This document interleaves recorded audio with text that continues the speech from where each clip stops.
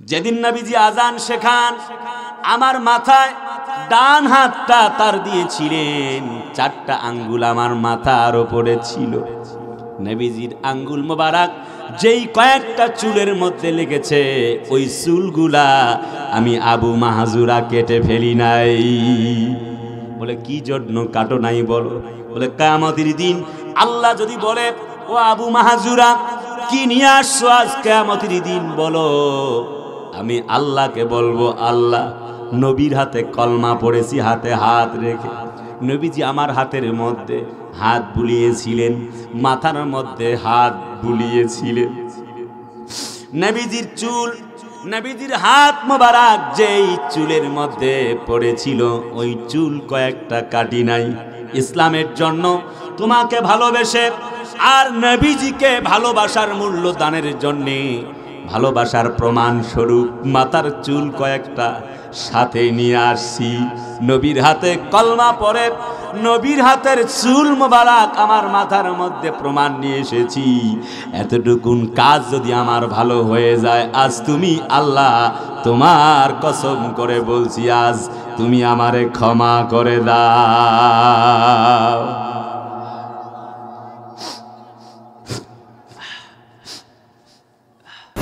কথা বলা লাগবে বেলকুচিবাসী, চিল্লায় বলে না ঠিক কিনা? হুনায়ুনের কথা বলছিলাম। হুনায়ুনের যুদ্ধ শেষে নবীজি ফিরছে, যুদ্ধ শেষ, যোদ্ধারা জিতে গেছে, হাতের মধ্যে তরবারি, নাঙ্গা তরবারি, তীর ধনুক, ঘোড়ায় সওয়ার হয়ে নবীজি চলে আসছেন হুনায়ুনের যুদ্ধ থেকে। লক্ষ্য করা যাচ্ছে বেলালের আজান চলছে। In the mean time, on the way, যখন তারা রাস্তা পথে চলছে, দেখা যাচ্ছে কিছু যুবক 15 থেকে 20 জন, তারা ইসলামের বিপক্ষে আওয়াজ দিচ্ছে, মোহাম্মদ ইসলামকে গালি দিচ্ছে, আজানকে গালি দিচ্ছে। নবীজি এমন শব্দ চয়ন শুনে ব্যথিত হলেন। নবীজি বললেন, ধর। ইহুদি খ্রিস্টানদের ওই পল্লী থেকে 15 থেকে 20 জন যুবককে যখন ধরা হলো, নবীজি ওদের নিয়ে বসলেন, বললেন, তোমরা কারা? ইসলামকে বাধা দাও, মোহাম্মদকে গালি দাও। কি জন্য গালি দাও? বলে আমাদের উত্তরসূরিগণ গালি দেওয়ার জন্য বলছেন। বলছে বেলাল আজান দেয়, গালি দাও কেন বলো? যুবকগুলি কোনো কথা বলে না। বলছে, আপনি কে? আপনার পরিচয় আমরা জানতে চাই। এত চমৎকার করে কথা বলেন, কে আপনি বলেন। নবীজি কোনো কথা বলে না। নবীজি বললেন, খুব জোরে তোমরা গালি দিয়েছিলা কে? সব থেকে বেশি গালি দিয়েছিলা তোমাদের ভেতরে কে? কেউ কথা বলে না। এবার নবীজি বললেন, বেলাল যখন আজান দেয়, তোমাদের মধ্যে কে বেলালকে গালি দিয়েছিলা আর আজান আল্লাহু আকবার মুখ ভ্যাংসায় বলছিলা বলো? কেউ কথা বলে না যুবকদের ভেতর থেকে। নবীজি বললেন, তোমাকে পুরস্কৃত করা হবে, তুমি এখন বলো, তোমারে মারবো না, কিচ্ছু বলবো না। যুবক লাব্বাইক বলে হাত তুলেছেন, বলেন, আমি ওই বেলালের আজান যখন হয় তখন বেলালের সঙ্গে আমি নিজেও মুখকে মিলিয়েছিলাম, ব্যঙ্গ করেছিলাম। নবীজি বললেন, বুঝতে পেরেছি। সবাইকে ছুটি দিলেন, বললেন, তুমি দাঁড়াও। নবীজি এবার বললেন, আমার সঙ্গে চলো। মসজিদে নববীতে এই ছোট্ট তরুণ যুবককে নবীজি নিয়ে চলে গেলেন, বললেন, এতক্ষণ তুমি যা বলছিলা বেলালের আজান, তা কি তোমার মনে আছে? সাহাবীর নাম ছিল হযরতে আবু মাহাজুরা। আবু মাহাজুরা বলেন, না, আমার তো মনে নাই। বেলাল যা বলে আমি তা ব্যঙ্গ করেছি। নবী বলে, আমি তোমাকে শিখাই। বলে, হ্যাঁ শেখাতে পারেন, আপনাকে বড্ড ভালো লেগেছে। নবীজি মাথার মধ্যে হাত বুলাইয়া দিলেন আর আজান শুরু করে দিলেন। পুরা আজান কলিজার টুকরা নবীজি কি চমৎকার সুর আর ছন্দে যখন বলতে লাগলেন। আবু মাহজুরা নামক সাহাবী যখন আজানের ধ্বনিগুলি রিপ্লে করছেন বারবার, আজান শেষ হয়ে গেল। বলল, আপনি কে বলেন দেখি? হযরত নবীজি বললেন, দুজাহানের বাদশা যার কথা তুমি শুনেছো ইতোমধ্যে, আমি হলাম সেই নবী মুহাম্মাদুর রাসূলুল্লাহ। ছোট্ট যুবক বুঝতে শিখেছেন। বললেন, তীর ধনুক, এতগুলি তরবারি, সৈন্য সামন্ত, তোমাদের সঙ্গে অনেক কিছু, আমাদের মা নাই, বাবাও নাই সঙ্গে, তোমরা আমাদের তীর নিক্ষেপ করলা না কেন? তোমাদের কেমন ধর্ম আমি একটু বুঝতে চাই। নবীজি বললেন, এখন তুমি বাড়ির দিকে চলে যাও। বলে, আপনি আমারে পুরস্কৃত করবার কথা, কি পুরস্কৃত করবেন আপনি আমারে বলেন। নবীজি বললেন, আমার সঙ্গে তেমন কোনো হাদিয়া নাই, আর এক সময় তোমারে আমি হাদিয়া দিব। ছোট্ট যুবক বলে, খালি হাতে ফিরে যাওয়া আমার অভ্যাস নাই। হযরতে মায়ার নবীজি বলছেন, কি চাও? আবু মাহাজুরার জন্য নবীজি মনে মনে দোয়া করতেছিলেন, আল্লাহ এখন কি দিব? আল্লাহ বলে, ওরে নবী মুহাম্মদ রাসূলুল্লাহ, টেনশন করো না, একটুকু ভয় করো না। যুবকের মায়া এত বেশি, ইসলামের মায়া, তার জন্য আকর্ষণ বাড়ায় দিল ইসলামের জন্য। নবী মুহাম্মদ যখন তারে আওয়াজ যখন শোনাচ্ছিলেন আজানের, কলিজাটা শীতল হয়ে গেছে। অটোমেটিক্যালি যুবক বলছেন, আপনার ব্যবহারে আমি মুগ্ধ হয়েছি।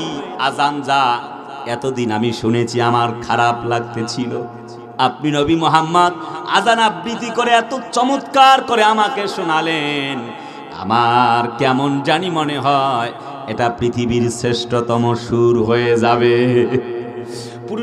পুরস্কার হিসাবে আর কিছুই চাই না, আমাকে আপনি কালেমা পড়ায় দেন, লা ইলাহা ইল্লাল্লাহু মুহাম্মাদুর রাসূলুল্লাহ। আল্লাহ নবীজি, বিশ্ব নবীজি কালেমা পড়ায় দিলেন, আর বললেন, তুমি টেনশন করো না, আমি নবীজি তোমাকে একটু উপহার দিতে চাই। আল্লাহর নবীর সাহাবী হযরতে আবু মাহজুরা বলেন, কি দিবেন বলেন তো দেখি। বললেন, তুমি কি চাও বলো। হযরতে আবু মাহজুরা বলেন, আমি আর দেরি করতে চাই না, নবীজির স্পর্শ পেয়েছি, এমন একটা চাকরি চাই যাতে দৈনিক 5 বার আল্লাহর নাম আর নবীর নাম নেওয়া যায়। নবীজির চোখ বেয়ে পানি পড়ছে। হযরত নবীজি বললেন, যাও, ওরে আবু মাহজুরা, আজ থেকে তোমাকে মসজিদে হারামের মুয়াজ্জিনের দায়িত্ব, আজ থেকে তোমার দায়িত্ব প্রাপ্ত করা হলো। হযরত মাহজুরা কান্দে, আমার কি এমন যোগ্যতা আছে নাকি এমনি করে আজান দেন? প্রত্যেক ওয়াক্ত তিনি এমনি করে পাগড়ি বাঁধেন, রাসূলুল্লাহ যেমনি করে পাগড়ি বাঁধেন। যখন বুড়া হয়ে গেল, মরণাপন্ন মৃত্যু শয্যায় শায়িত, হযরত ওমর পাশে আসলেন, তার পাগড়িটা খুলে মাথায় দোয়া করার জন্য দাঁড়ালেন। দেখেন মাথার একটু জায়গার চুল অনেক বেশি লম্বা, কোমর পর্যন্ত পড়ে যায়। হযরত ওমর দুটি চোখের পানি ফেলায় আর কান্দে, বলে, কোনো কিছুই তো বুঝলাম না, কি জন্য এমন পরিস্থিতি হলো, কি জন্য তোমার এমন অবস্থা? তোমার পুরা মাথায় চুল কাটা, একটু জায়গার চুল মাথার উপরে, কি জন্য কোমর পর্যন্ত লম্বা তুমি বলো? বিদায় ক্ষণে কি জন্য এমন পরিস্থিতি? তোমার তো খারাপ দেখা যায়, কি জন্য তুমি বলো? এই চুলটা আমি তোমারে কেটে দেই। হযরত আবু মাহজুরা বলেন, ওমর, তুমি জানো না, আমি আল্লাহ নবীর হাতে বয়াত গ্রহণ করেছিলাম। আমি যখন যেদিন আজানকে ব্যঙ্গ করছিলাম, মায়ার নবীজি, দয়ার নবীজি আমাকে আজান শিক্ষা দিচ্ছিলেন। যেদিন নবীজি আজান শেখান, আমার মাথায় ডান হাতটা তার দিয়েছিলেন, 4টা আঙ্গুল আমার মাথার উপরে ছিল।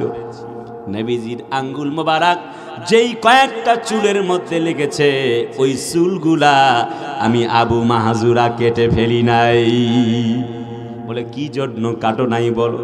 বলে, কিয়ামতের দিন আল্লাহ যদি বলে, ও আবু মাহজুরা, কি নিয়ে আসছো আজ কিয়ামতের দিন বলো, আমি আল্লাহকে বলবো, আল্লাহ, নবীর হাতে কলমা পড়েছি, হাতে হাত রেখে। নবীজি আমার হাতের মধ্যে হাত বুলিয়েছিলেন, মাথার মধ্যে হাত বুলিয়েছিলেন। নবীজির চুল, নবীজির হাত মোবারক যেই চুলের মধ্যে পড়েছিল, ওই চুল কয়েকটা কাটি নাই। ইসলামের জন্য তোমাকে ভালোবেসে আর নবীজিকে ভালোবাসার মূল্য দানের জন্যে, ভালোবাসার প্রমাণ স্বরূপ মাথার চুল কয়েকটা সাথে নিয়ে আসছি। নবীর হাতে কলমা পড়ে নবীর হাতের চুল মোবারক আমার মাথার মধ্যে প্রমাণ নিয়ে এসেছি। এতটুকুন কাজ যদি আমার ভালো হয়ে যায়, আজ তুমি আল্লাহ তোমার কসম করে বলছি, আজ তুমি আমারে ক্ষমা করে দাও।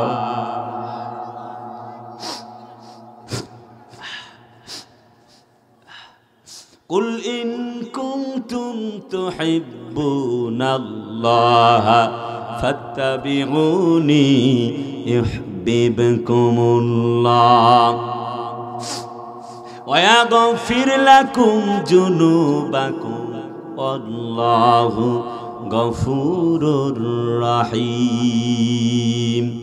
জোরে কোন দেখি আল্লাহু আকবার। আর একটু জোরে বলুন দেখি আল্লাহু আকবার। আল্লাহ বলেন, তোমরা আমি আল্লাহকে যদি পেতে চাও তবে আমার রাসূলকে ভালোবাসো। সুবহানাল্লাহ। সেই রাসূলুল্লাহকে আবু মাহাজুরার মতো ভালোবাসার প্রয়োজন আছে না নাই? সকলে বলে না, চিল্লায় বলে না, আছে না নাই? সেই নবীকে অনেকে কটূক্তি করে। আমরা বলি আমরা আমাদের নবীকে জীবনের চাইতেও বেশি ভালোবাসি। ফ্রান্সের মাটিতে নবীকে নিয়ে কটূক্তি করে তার ব্যঙ্গাত্মক ছবি আর্ট করা হয়েছিল।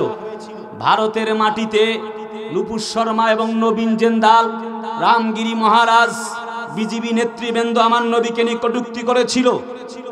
আমি দলমল রাষ্ট্র বুঝি না, আল্লাহর নবীকে আমরা জীবনের চাইতেও বেশি ভালোবাসি। যদি কেউ আল্লাহর নবীকে নিয়ে কটূক্তি করে, যদি কেউ ইসলামকে নিয়ে কটূক্তি করে, যদি কেউ আল্লাহকে নিয়ে কটূক্তি করে, যদি কেউ আজানকে নিয়ে কটূক্তি করে, মুসলমানের বাচ্চারা জীবন দিতে পারে, হাত দিতে পারে, পা দিতে পারে, শহীদ হতে পারে। আল্লাহর কসম, আল্লাহর কোরআনের বিরুদ্ধে কথা কেউ বললে তাকে ছাড় দিয়ে কথা বলতে পারে না, পারে না, পারে না। এই পক্ষে কারা কারা রাজি? দুহাত তুলে আল্লাহকে দেখাও। একটু জোরে কর না আমিন। বন্ধুরা আমার, কলিজার টুকরা ভাইয়ারা, ইসলামের জন্য সাহাবীরা, ইসলাম ওয়ালারা, নবীজির সাহাবীরা, নবীজির উত্তরসূরিরা জীবন দিয়েছে। আল্লাহর কোরআন ছেড়ে দেয় নাই। কথা বলে না, ঠিক কিনা বলতে হবে। তার মানে হলো আল্লাহর বক্তব্য, হুয়াল্লাযী আরসালা রাসূলাহু বিল হুদা ওয়া দীনিল হাক্কি লিইয়ুযহিরাহু আলাদ-দীনি কুল্লিহি ওয়ালাউ কারিহাল মুশরিকুন। কোন দিকে? আল্লাহু আকবার। আল্লাহ বলে আমার দ্বীনকে সবার উপরে উঠাবার জন্য, ইসলামকে এই জমিনে বিজয় করার জন্য নবীজি তোমাকে আমি পাঠিয়েছি সত্য দ্বীন কোরআন সহকারে। তুমি দাওয়াত দাও জাতির লোকদের কাছে। যদিও কাফেররা তাও অপছন্দ করে, তবু আমার দ্বীনকে আমি উদ্ভাসিত করবই। আমরা লক্ষ্য করেছি ভারতের মাটিতে মাঝে মধ্যে আমাদের বিরুদ্ধে প্রোপাগান্ডা চালানো হয়। কথা বলে না, আমাদেরকে ভাতে মারতে চায়, পানিতে মারতে চায়, আল্লাহর ঘর মসজিদ ভেঙে রাম মন্দির বানায়। বেলকুচির লোকেরা কথা না বললে তো হবে না, কথা বলতে হবে, ঠিক কিনা? আমরা বিশ্বাস করি আমাদের 16 কোটি মুসলমানদের 32 কোটি হাত রয়েছে। কথা বলতে হবে। যদি আমরা দেখি বারবার বর্ডারে হামলা করা হয়, আজকেও দেখেছি বর্ডারে আবার তারা জায়গা দখল করে কি করতেছে, জমি দখল করবার চেষ্টা চালাচ্ছে। আমরা বলতে চাই, আপনারা যদি বারবার এভাবে বর্ডার দখল, ফেনী দখল, চট্টগ্রাম দখল, চাঁপাইনবাবগঞ্জের শিবগঞ্জ দখল এভাবে করতে চান, বাংলার 16 কোটি তৌহিদি মুসলিম জনতার 32 কোটি হাত আবার জাগিয়ে তুলতে বাধ্য হবে।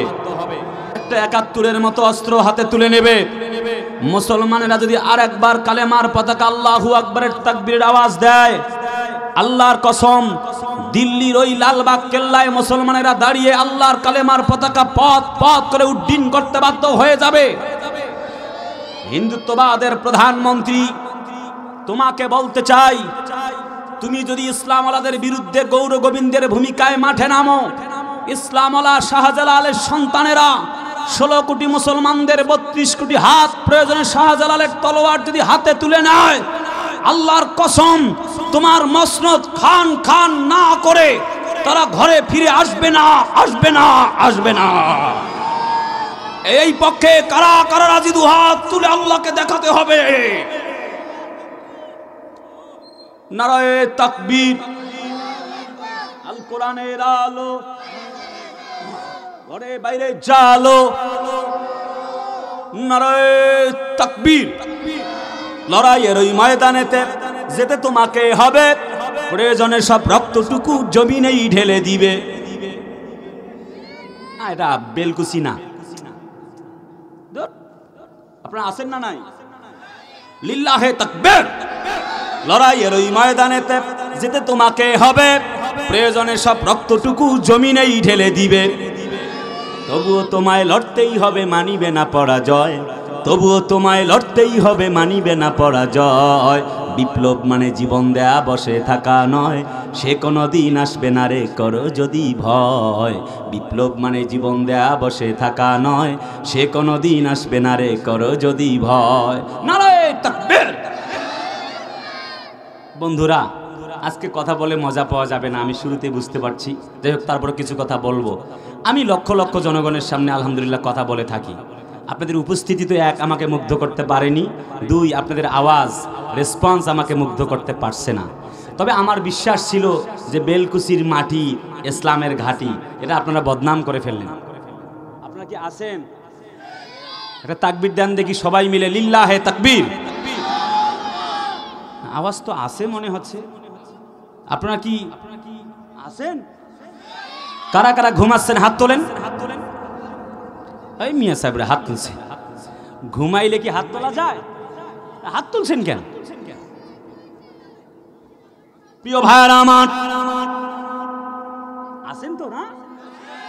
কিছু কথা বলবো ইনশাআল্লাহ, যা আছে কপালে হবে কাল সকালে। ঠিক আছে না নাই? একটু গভীর মনোযোগ। এমন আয়াত যখন নাজিল হয়ে গেল, সাহাবীদের মনের ভেতরে প্রশ্ন এত মার খাই, জেলে যায়, কখন আসবে আল্লাহর সাহায্য। হযরত আবু হুরায়রার মতো একজন সাহাবী 5374টি হাদিস তিনি মুখস্থ করেছেন। নবীজি তাকে বিড়াল ছানার পিতা পর্যন্ত বলেছেন। একদিন তিনি তার আস্তিনে করে একটি বিড়াল নিয়ে নবীজির দরবারে চলে গেলেন। আস্তিন থেকে বিড়ালটা যখন বের হয়ে গেল, বের হবার পরে বিড়ালটি যখন বের হয়ে পড়েছেন, নবীজি তাকে হাস্য রহস্য করে বললেন, ইয়া আবা হুরায়রা, হে আবু হুরায়রা, তুমি হচ্ছ বিড়াল ছানার পিতা। নবীজি কোনো কিছু মনে করলেন না, শুধু মজা করে বললেন। আবু হুরায়রা বলে, ইয়া রাসূলুল্লাহ, আমি দিন নিয়ে বড় শঙ্কিত, কখন আসবে আল্লাহর সাহায্য? হযরত আবু হুরায়রা বলেন, আলা ইন্না নাসরাল্লাহি করিব। ও আবু হুরায়রা, তুমি মনে রেখো, আর কোনো দেরি নয়, আল্লাহর সাহায্য আসবে, তা অতীব নিকটে। আমার প্রিয় ভাইরা, আল্লাহর নবী বিশ্ব নবীজি বললেন, শোনো, একটুকু দুঃখ নাই, টেনশন নাই, কোনো চিন্তা হওয়ার কোনো কারণ নাই, চিন্তিত হওয়ার কোনো কারণ নাই। কথা দিচ্ছি আমি নবীজি, আল্লাহ রাব্বুল আলামিনের বক্তব্য, নিশ্চয়ই আল্লাহর সাহায্য অতীব নিকটে। সুবহানাল্লাহ, জোরে কর।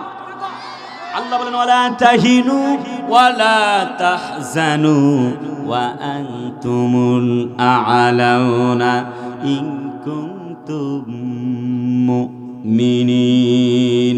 তোমরা ভয় পেও না, একটুকু চিন্তিত হয় না, দুঃখ করো না, হতাশ হয় না। তোমরা যদি মুমিন হও, তোমরাই বিজয় লাভ করবে। জিজ্ঞেস করতে চাই, আমরা মুমিন না কাফের? একটু গভীর মনোযোগ। আল্লাহর নবীর সাহাবী, বিশ্ব নবীজির সাহাবী হযরত আবু হুরায়রা 629 খ্রিস্টাব্দ মোতাবেক 7ম হিজরিতে কলমা পড়েছেন। নামকরণ করা হলো বিড়াল ছানার পিতা হিসাবে। যেহেতু বিড়াল নিয়ে তিনি সব সময় বেশি খেলাধুলা করতেন। হযরত নবীজি আমার এমন করে হযরত আবু হুরায়রার সঙ্গে একদিন কথা বলছেন। আবু হুরায়রা বলেন, নবী গো, ইসলামের বিজয় দেখে আমি আবু হুরায়রা মরে যেতে চাই। নবীজি বলেন, আবু হুরায়রা তুমি আল্লাহর উপরে ভরসা করো। নবীজির কথা শুনে আবু হুরায়রা পরের দিন চলে এলেন, এসে বলেন, ইয়া রাসূলুল্লাহি, দিন বিজয়ের জন্য ফকি দরকার, হাদিস বেত্তাগণ দরকার, ইলেম এবং আমল দরকার। আমি আবু হুরায়রার তেমন কোনো ইলেম এবং আমল নাই। আমি যা মুখস্থ করি অল্প কিছু সময়ের জন্য মুখস্থ থাকে। হযরত আবু হুরায়রাকে রাসূলুল্লাহ মাথার মধ্যে হাত দিলেন। নবীজি বললেন, আমি আমার চাদরটা তোমার জন্য উৎসর্গ করছি। নবীজি নিজের চাদরটা খুলে আবু হুরায়রার জন্য বিছিয়ে দিলেন। আবু হুরায়রা চাদরটায় বসবেন। আবু হুরায়রা বলেন, ইয়া রাসূলুল্লাহি, এমন দুঃসাহস তো আমি দেখাতে পারি না নবীজি। নবীজি বললেন, শোনো, আল্লাহ রাব্বুল আমিন তোমাকে বারাকা দিয়ে ধন্য করবেন জন্য নবীর চাদর উপহার পাচ্ছ। নবীজি আমার আবু হুরায়রাকে চাদরটা গায়ে দিয়ে মাথার মধ্যে তখন হাত দিলেন এবং জড়ায়া ধরলেন। হযরত আবু হুরায়রাকে নবীজি বললেন, আবু হুরায়রা, আল্লাহ রাব্বুল আমিন এত জেহেন শক্তি তোমাকে এখন দিবেন, যা দিয়ে গোটা পৃথিবীকে হাদিস শাস্ত্রের তোমাকে আল্লাহ রাব্বুল আমিন একজন শিক্ষাবিদ বানায়া দিবেন। আবু হুরায়রা বলেন, আমি দিন কায়েমের জন্য বেরিয়ে পড়লাম। আমি নবীজির কথা মতো বিকেলবেলা ঘর থেকে যখন বের হলাম, আমি শুনতে পেলাম হযরত আব্দুল্লাহ ইবনে মাসউদ একটি হাদিস বর্ণনা করছেন। আমার মুখস্থ হয়ে গেল। আমি শুনলাম আব্দুল্লাহ ইবনে আব্বাস একটি হাদিস বর্ণনা করলেন। আমি শুনলাম হযরত তালহা আনসারী রাদিয়াল্লাহু আনহু একটা কোরআনের আয়াত বর্ণনা করলেন। আমি বললাম। হযরত আবু হুরায়রা বলেন, আমি শুনলাম আর মুখস্থ হয়ে গেল। আল্লাহ রাব্বুল আমিনের নবী যেন আল্লাহর দিন বিজয়ের বীর সেনানী হিসাবে আমাকে আল্লাহর কাছে কবুলিয়াতের নিয়ত করেছেন। আমি আবু হুরায়রা ইসলামের জন্য, কোরআনের জন্য, আল্লাহর দ্বীনের জন্য জীবনটাকে কোরবান করে যেতে পারি, একটি মুহূর্তের জন্য আল্লাহর কোরআন ছেড়ে যেতে পারি না। একদিন আবু হুরায়রা খুবই বেশি ক্ষুধার্ত। আবু বকর রাদিয়াল্লাহু আনহুর সাথে দেখা, কোনো কথা নাই, জিজ্ঞেস করলো না তুমি যে ক্ষুধার্ত কি খাবা। হযরত ওমর রাদিয়াল্লাহু আনহু দেখা দেন, তিনি কিছু বললেন না। নবীজির কথা ভাবলেন আবু হুরায়রা, বুঝতে পারছি যেই নবীজি আমাকে চাদর পর্যন্ত উপহার দেয়, ওই নবী আমাকে খাবার দিবে। সুবহানাল্লাহ। আল্লাহর পক্ষ থেকে মনে হয় বাজেট হয়ে যাবে। আবু বকর, ওমর, ওসমান, তোমরা খবর নিলে না। নবীজির সঙ্গে দেখা হয়ে গেল। হযরতে আবু হুরায়রা বলেন, ইয়া রাসূলুল্লাহি, আমার গায়ে তো শক্তি নাই, ইসলামের জন্যে আমার শক্তিটুকু আমি উৎসর্গ করতে চাই। তো নবী বলেন, এখন করো না কেন? আবু হুরায়রা চুপ করে বসে আছে। নবীজি বলেন, বুঝতে পেরেছি, খিদা লেগেছে।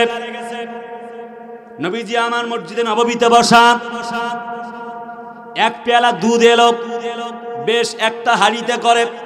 নবীজি বলেন, আবু হুরায়রা, আহলে সুফার 70 জনের বেশি সদস্য বৃন্দকে তুমি ডাকো। সবাইকে ডাকা হলো, দুধ পরিবেশন করা হলো। নবীজিকে আবু হুরায়রা মুখ ফুটে বলতে পারেন, আমারে খাবার দেন না কেন? একটা পর্যায়ে হযরতে আবু হুরায়রা রাদিয়াল্লাহু আনহু বলবেন ভাব। নবীজি বললেন, সবার খাওয়া কি শেষ নাকি? আবু হুরায়রা বলেন, জি গো নবীজি, সবার খাওয়া শেষ। আল্লাহ নবীজি, বিশ্ব নবীজি বললেন, আবু হুরায়রা, এবার তুমি পাতিল থেকে মুখ লাগিয়ে খাওয়া শুরু করো। আবু হুরায়রা খাওয়া শুরু করলেন। হযরত নবীজি খেলেন, সবার পেট ভর্তি হয়ে গেল। এক হাড়ি দুধ, ছোট্ট একটা হাড়ি বিশিষ্ট দুধ আল্লাহ নবীজি খেলেন, আবু হুরায়রা খেলেন, আহলে সুফার 70 জনের বেশি সদস্য আর সদস্যগণ খেলেন। জীবন পর্যন্ত আর ক্ষুধা লাগবে না এমন যেন ভাব হয়ে গেল। হযরত আবু হুরায়রা বলেন, ইয়া রাসূলুল্লাহি, ভাবছিলাম আমি শুধু একা খেয়ে পেট ভরাবো। সবাই মিলে খেলাম, নবীজি খেলেন, আহলে সুফার সদস্যগণ তারাও ক্ষুধার্ত ছিলেন, তারাও খেলেন, সবাই পেট ভর্তি করে খেলাম। এখন পর্যন্ত এক হাড়ি দুধ শেষ হয়ে যায় নাই।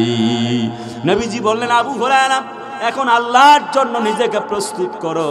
হযরত আবু হুরায়রা বললেন, ইয়া রাসূলুল্লাহি, ওয়া তুজাহিদুনা ফি সাবিলিল্লাহি আমওয়ালিকুম ওয়া আনফুসিকুম যালিকুম খায়রুল লাকুম ইন কুনতুম তা'লামুন। আবু হুরায়রা, তুমি এই আয়াত তেলাওয়াত করছো কেন? হযরত আবু হুরায়রা বলেন, নবী গো, ইন্নাল্লাহ আশতারা মিনাল মুমিনিনা আনফুসাহুম, আল্লাহ জান আর মালের বিনিময়ে জান্নাতের মালিক বানায় দিবেন গো নবীজি। এক মুহূর্ত কোনো টেনশন নাই, কোনো ভয় নাই। আমার শরীরের এই দেহ তাজা মোটা, আমার প্রাণ আল্লাহর জন্য উৎসর্গ করেছি। এখন আপনি যদি আমাকে যুদ্ধের ময়দানের জন্য ফয়সালা করেন, আমি আবু হুরায়রা ইসলামের জন্য একবার নয়, যদি আমার জীবন চলে 100বার জীবন কোরবান করতে পারি, একটি মুহূর্তের জন্য আল্লাহর কোরআন ছাড়তে পারি না। জোরে কন্যা সুবহানাল্লাহ।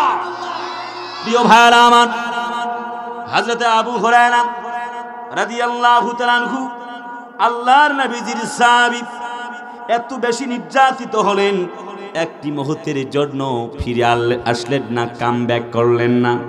নবীজিকে চিৎকার মেরে মেরে ডাকলেন, গো নবীজি, আমি তো গুলি খেয়েছি, আহত হয়েছি। হযরত আবু হুরায়রা নবীজির দিকে তাকিয়ে তাকিয়ে লম্বা করে চিৎকার করে বলছেন, গো নবীজি, আমি একবার নয়, দুবার নয়, ইসলামের জন্য 1000 বার শহীদ হতে পারি, একটি মুহূর্তের জন্য ঘরে ফিরে যেতে পারি না। সুবহানাল্লাহ, জোরে কোন। এই ইসলামের জন্য জীবন কোরবান করলেন। এমন অনেক কোরআনওয়ালা আছে, কোরআনের পাখিরা আছে। কথা কয় না, ঠিক কিনা বলেন? আমি আর লম্বা বেশি খুব একটা করতে চাইব না। প্রায় রাত 11টায় উঠে সব কথাও বলা যায় না, একটু গভীর মনোযোগ।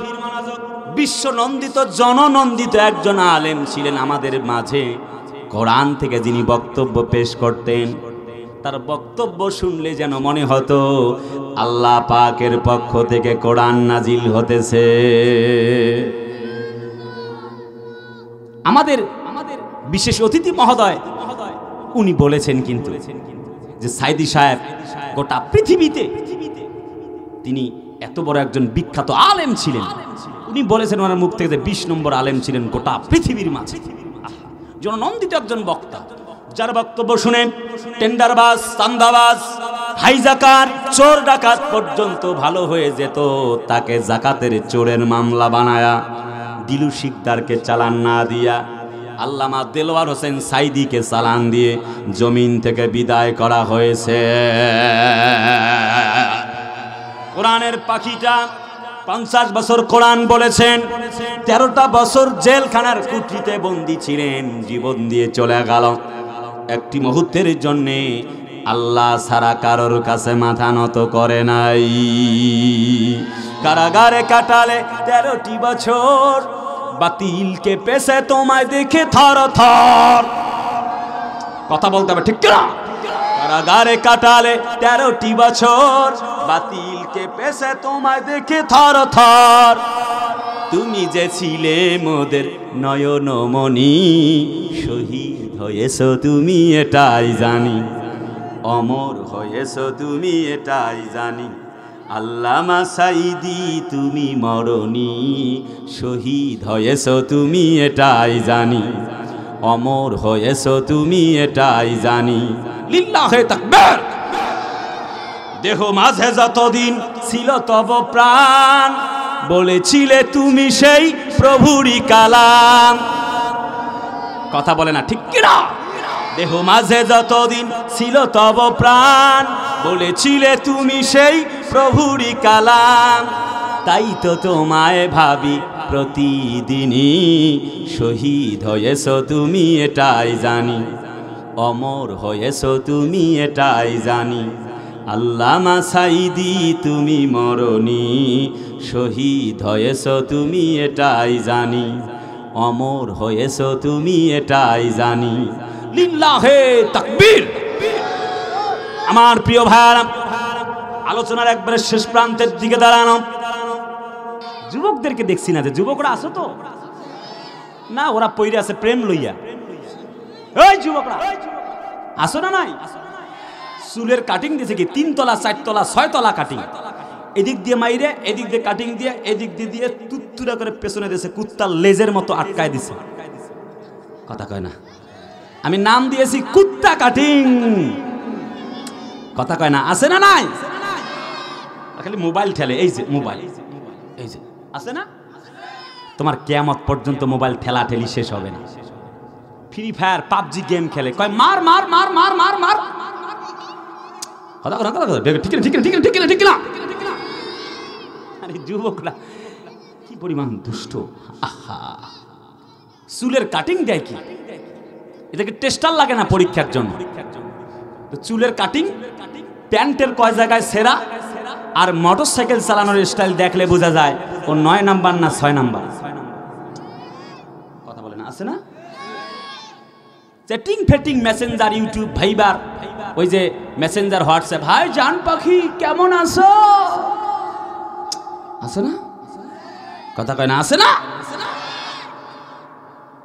বদ কত সারা রাত চ্যাটিং ফেটিং মেসেঞ্জার ফেসবুক, ঘুমাইছে একবারে ফজরের আগ দিয়ে, সারা রাত এসব মোবাইল নিয়ে পড়ে আছে, এক ঘুমে আসর, সারাদিন ঘুম। আহা, জীবনের কোনো শিডিউল নাই। ঘুম থেকে উঠা স্কুলে, গার্লস স্কুলের সামনে একদম পথে ভিখারির মতো গান ধরেছে, তুমি কোন গ্রামের মাইয়া গো, লাগে উড়া ধুরা। বদমাশ কত! মাসুদ ভালো হয়ে যা। এখন আবার প্যান্টের কাটিং দেয় হাঁটুর উপর পর্যন্ত, শরম লজ্জা নাই? মাসুদ ভালো হয়ে যাও। কাদের কাকার আগে তো বলতো, এখন তো আবার এই ছেলেরা কবিতা বানাইছে, কয় ভালো হয়ে যাও মাসুদ তুমি, এই কথাকে বলবে আর পালিয়ে গেছে কাদের কাকা, কেউ জানে না খবর তার। কথা বলে না, ঠিক না? আহা, এখন নতুন করে দেখতেছি আবার অনেকে বাকুম বাকুম করে ছাত্র জনতার গণ অভ্যুত্থানের এই বিপ্লবকে ব্যাহত করতে চায়। কথা বলে না। আমি বলবো না শেখ হাসিনা পালাইছে, এই কথা বারবার টেলিভিশনে আপনারা শুনতে শুনতে হয়রান। আমি বলবো না। আপনারা ইউটিউবে, ফেসবুকে, টেলিভিশনে শুনতে শুনতে বড় হয়রান হয়ে পড়েছেন। আমি বলবো না। তবে আমাদের আল্লামা মামুনুল হকেরা পালায় যায় নাই, বন্ধুবার মুফতি আমির হামজা সাহেবেরা পালায় যায় নাই, আমাদের ছোট্ট ভাইটি রফিকুল ইসলাম মাদানীরা পালায় যায় নাই।